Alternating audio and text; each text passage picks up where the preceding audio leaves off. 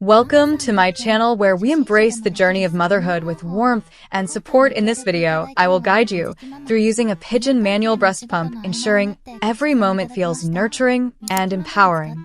Imagine holding your little one close, feeling the gentle rhythm of their tiny mouth as they nurse. The pigeon manual breast pump aims to replicate that same comforting sensation. Unpack the pump and ensure all parts are meticulously clean and assembled. Each piece should feel like an extension of your body, designed to care for you and your baby.